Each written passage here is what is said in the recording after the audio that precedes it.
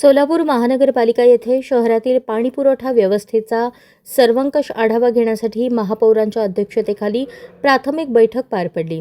वाढत्या उष्णतेच्या पार्श्वभूमीवर नागरिकांना वेळेत सुरळीत आणि नियोजनबद्ध पाणीपुरवठा कसा करता येईल यावर सखोल चर्चा करण्यात आली। बैठकीत सभागृह नेते नरेंद्र काळे, उपमहापौर ज्ञानेश्वरी देवकर, आयुक्त डॉक्टर सचिन ओंबासे, उपायुक्त आशिष लोकरे, सहाय्यक आयुक्त शशिकांत भोसले, गिरीश पंडित, मनीषा मगर, सार्वजनिक आरोग्य विभागाचे कार्यकारी अभियंता व्यंकटेश चौबे, सतीश एकबोटे, सिद्धेश्वर उत्सुर्गे तसेच संबंधित विभागांचे अधिकारी उपस्थित होते।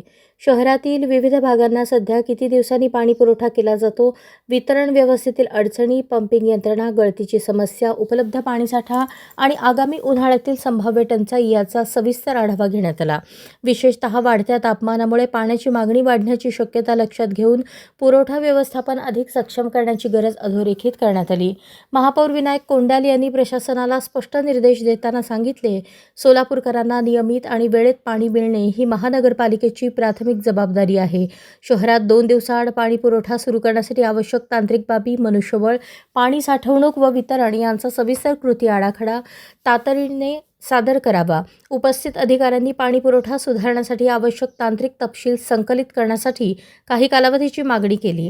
पाणी पुरवठा व्यवस्थेत पूर्वी काम पाहिलेल्या वरिष्ठ आणि माजी अधिकाऱ्यांशीही चर्चा करून त्यांचे अनुभव आणि मार्गदर्शन घेण्यात येणार असल्याचे महापौरांनी सांगितले।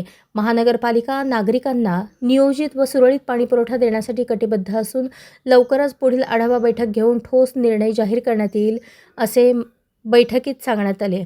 उन्हाळ्याच्या तोंडावर प्रशासनाकडून होत असलेल्या या हालचालींमुळे सोलापूरकरांना दिलासा मिळण्याची अपेक्षा व्यक्त होत आहे।